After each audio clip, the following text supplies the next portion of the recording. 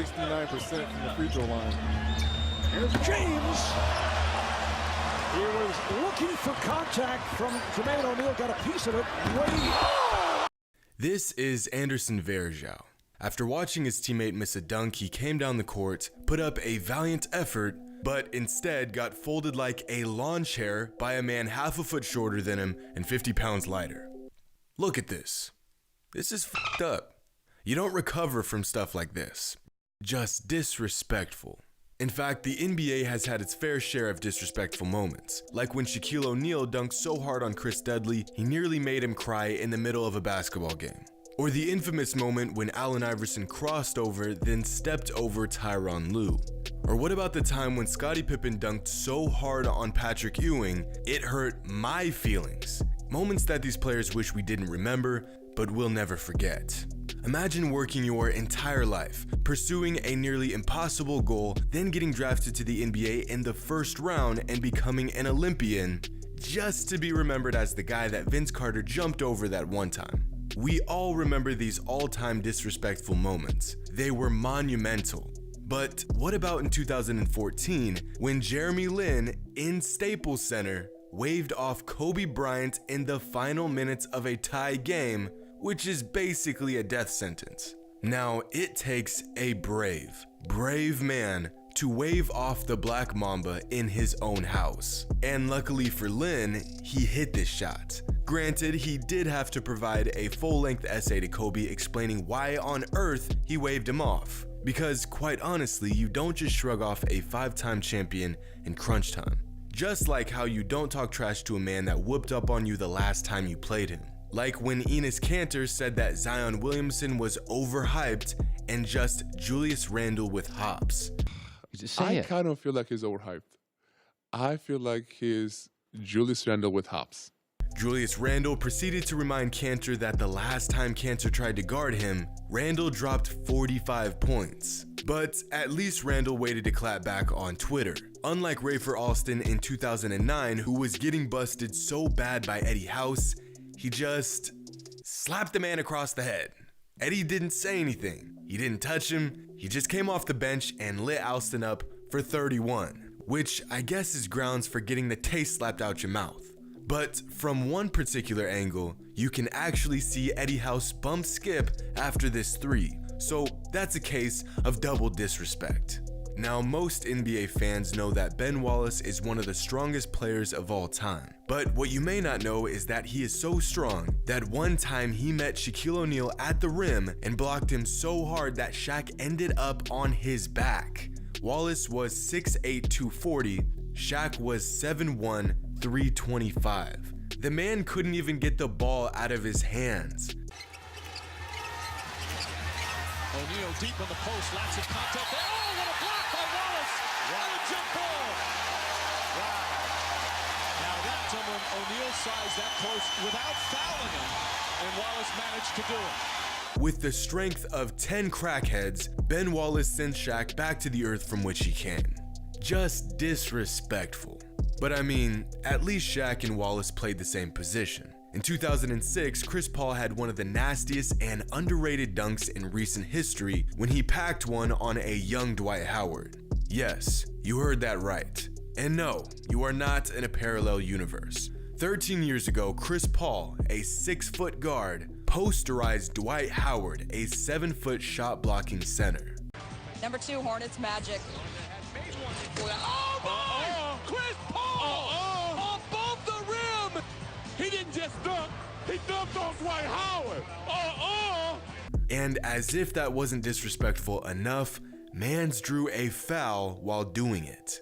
On the other end of the basketball spectrum, you have a guy that is so incompetent that he misses 4 point-blank layups in a row on his own hoop. And then to top this off, he gets rejected by his own teammates and then does this weird walk-off trot, as if he's not even surprised he was shooting on the wrong hoop. Like he's disappointed he didn't score on his own basket. Dude is just weird. But foreign basketball can get weird at times. Like last season when Calvin Abueva of the Philippine Basketball Association and Terrence Jones, former NBA player, got into an odd but funny, but ultimately f***ed up altercation.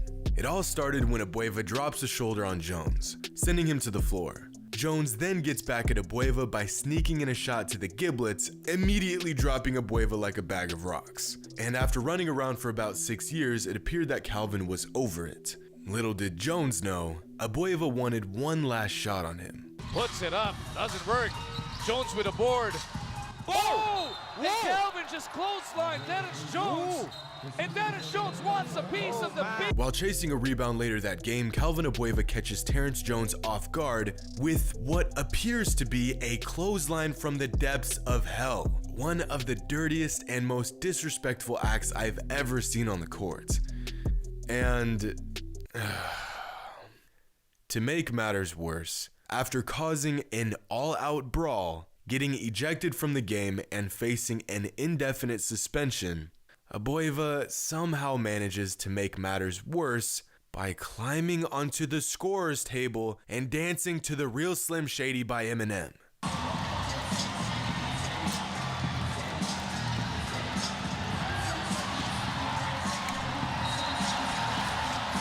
Why are you doing this? Why are you so out of control? Why are you dancing like that? Please, stop it.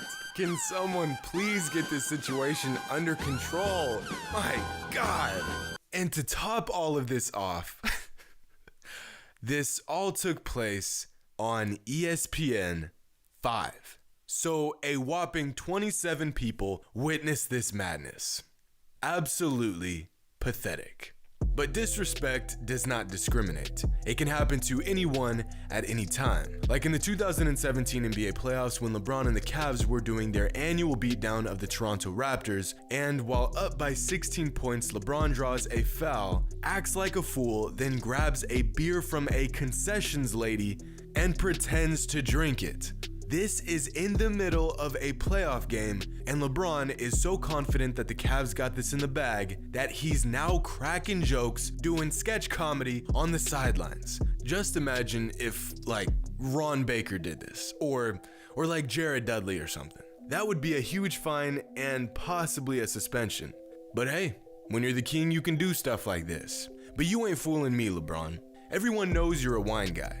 Speaking of disrespect and confidence, in 2012, in a game against the Bobcats, Kobe Bryant was so confident that he would sink a free throw that he bet Gerald Wallace $500,000 that he would make it. In a 2-point game, with 4.8 seconds left in the fourth, Kobe Bryant was making $500,000 bets just to flex his dominance. Yeah, look at him. You know what? That's Loves this time. Relishes it. And he and Gerald Wallace are having a conversation. That's Kobe and Gerald Wallace going at each other while Kobe's on the free throw line.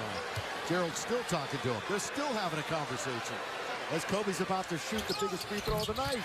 3-point game. 4.8 to play. That's just all in fun. But at least Wallace was disrespected by an NBA legend. Unlike DeMarcus Cousins, who was called out by Brittany Griner in 2016 when she said she could beat him one-on-one. And as much as I would like to think she was joking, I am absolutely positive she really thinks she could beat DeMarcus Cousins. I'm glad she's that confident in her abilities. But she's also a little delusional. It's not a walk in the park over here. She says you'd be no better than the third best post player on the men's team.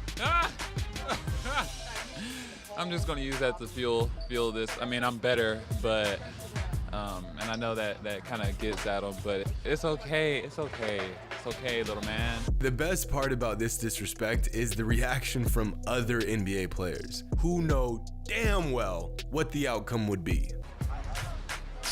Like the confidence, BG, but I don't know if that's gonna happen. But I would like to see that. I would pay to see that. I pay for our ticket. Front row though. I gotta be front row. I got cuz on that one. But nothing tops the reaction from women's basketball coach legend Gino Ariamas when he heard what Griner said. If there's no referee, I'm going to go to the ATM, and I'm going to sell my house, and I'm going to put all my money on DeMarcus Cousins. Flawless victory. Fatality. Now, Ben Simmons is known for his lack of three-point shooting. So to really humiliate the guy, Jimmy Kimmel brought him onto his show and challenged him to make a three. On this hoop with this ball. Just look at it. This is an NBA player. How nervous are you on a scale of 1 to 8,500 right now? 8,500. 8,500, all right. Will Ben make the shot? It's time to find out. Let's play big skip ball. Cousin Sal, help me get this ball up.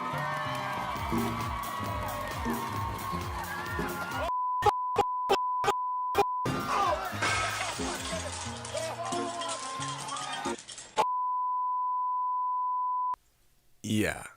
But of all the disrespectful moments, quite possibly the saddest came last season when Harrison Barnes, two-time NBA champion, was traded from the Dallas Mavericks in the middle of a game. This is being reported, folks, from Bleacher Report. Reportedly, Harrison Barnes, mid-game, is being traded to Sacramento for Justin Jackson and Zach Randolph. It's reportedly. This isn't even funny. Like, this is actually messed up. Look at the man. This is sad. But the game of basketball can be a rough place. The humiliation, the desperation, and the flat-out disrespect. Hope you all enjoyed, and as always, until next time.